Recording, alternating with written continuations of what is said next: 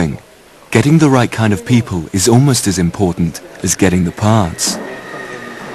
You have to look for persons who are able to anticipate what they have to do to create things which are not yet even thought about. But today the pressure is not every part is coming on time. So we always have to recover delays in the parts assembly. Delays or no delays, there are just over 3 weeks until Tees must ship the first set of fuselage sections off to the final assembly line in France.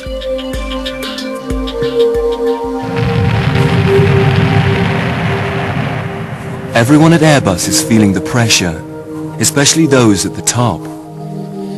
With a project lasting years, each must find their own way to deal with the inevitable stress. This is a marathon endeavor, and overall boss Charles Champion clears his head by running whenever he can. It's a question of time management, because not only time management at work, but also time management with your personal life. And you can burn out. Basically, if you're not careful, you just can burn out, and at the end of the day, you're out. Can we start? The pressure comes to a peak every 2 weeks, when the heads of each department gather from all over Europe to report on their progress. It's a tough environment that has seen sackings and resignations. Andreas Fähring has recently been brought in to replace the previous head of interior engineering. It's particularly tough because he's inherited a department that's 3 months behind schedule and over budget.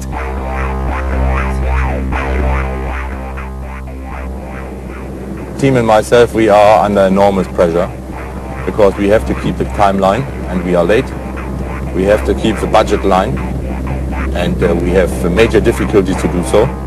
For Andreas and his team, the size of the A380 project is already taking its toll.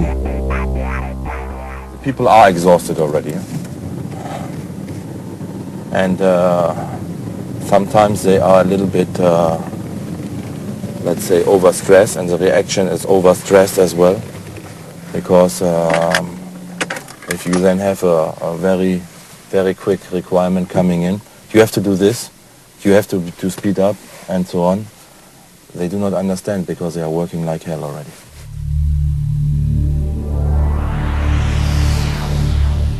This discreet, unmarked warehouse is where the brand new cabin will be born.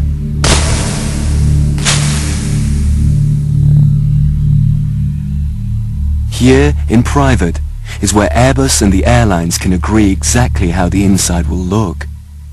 Now let's enter inside what we are doing over here. Having the impression The workload is massive. Each airline wants a customized interior, so Andreas has to engineer dozens of unique features to keep them all happy. This is something when you have discussing with the customers, you don't show him a mock-up of the wing or a mock-up of the vertical stabilizer or something like this. You show to him a mock-up of the cabin, giving him the impression how it could look like for his customers, the area where he is earning the money. You can change the lighting area over here. You can have green light, you can have blue light. Andreas has the difficult task of turning the airline's high expectations of showers and the like into reality. We will have showers on our aircraft, but not in the way like they are displayed at the moment in Toulouse. Because these are sorts of designers, not of engineers building the stuff. With flights lasting up to 18 hours, a crew rest area will be vital. This block holds no less than 12 bunks for the cabin attendants. Shall I demonstrate how much space we have inside this? Oh my goodness, how to enter inside. This is a good technician, always trying on his own if he can satisfy his customers. The oversized luggage bins are causing a major headache. Manually operated. The loading limitation of these bins are 50 kilos or 60 kilos. So you can imagine that if you have a stewardess or a passenger trying to move 50 kilo like this, they are not that strong and it is a difficulty. Nearby is Airbus's top-secret research facility, where technicians strive to find solutions to these problems. They've come up with a prototype electric bin, but nothing is ever straightforward. For closing, you push again, and the thing is closing. It's a very simple item, but if you go now to the rear of this feature, you can see that the device which is used over here with all these specific belts and mechanical devices or electromechanical devices is something which will be very difficult to integrate. Hundreds of such items still need to be finalized. What is really needed is time. Time. With the first set of wings nearing completion in Britain and the fuselage parts almost ready to leave Germany, time is the one thing Andreas Fähring does not have. The design of the new Airbus A380 goes back a long way. Philippe Jarry was one of the elite team involved from the very beginning.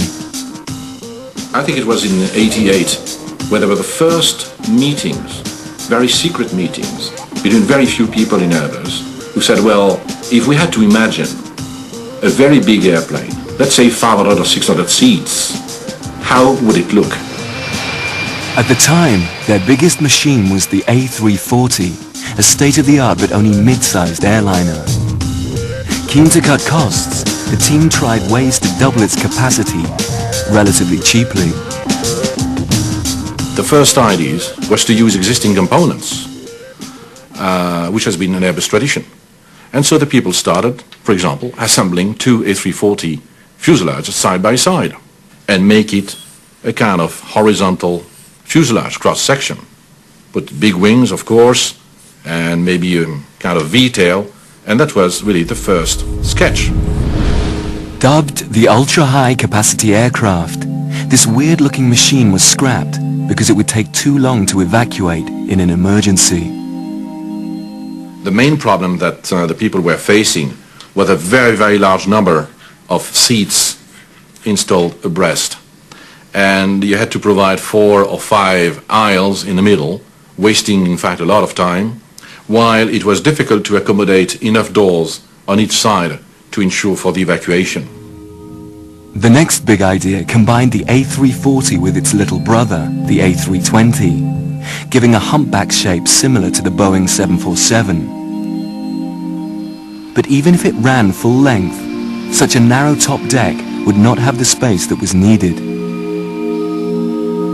If you pretend to offer to the airlines, the major airline of the world, a top-class, top-efficient airplane, you cannot compromise. As simple as this.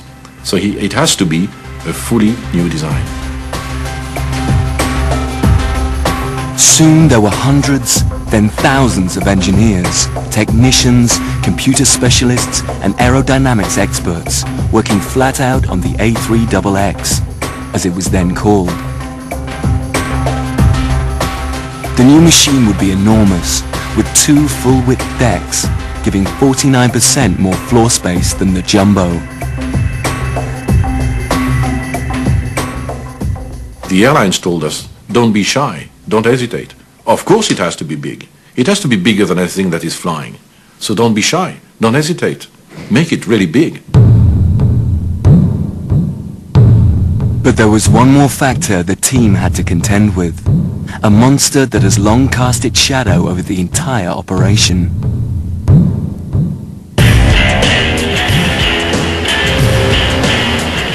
This is the Beluga, the extraordinary, some would say freakish, cargo plane custom built by Airbus. There are planes that can carry more weight, but the Beluga has everything else in the world beaten when it comes to volume. This machine can swallow a load 16 feet wide by 16 feet tall by 70 feet long in one go.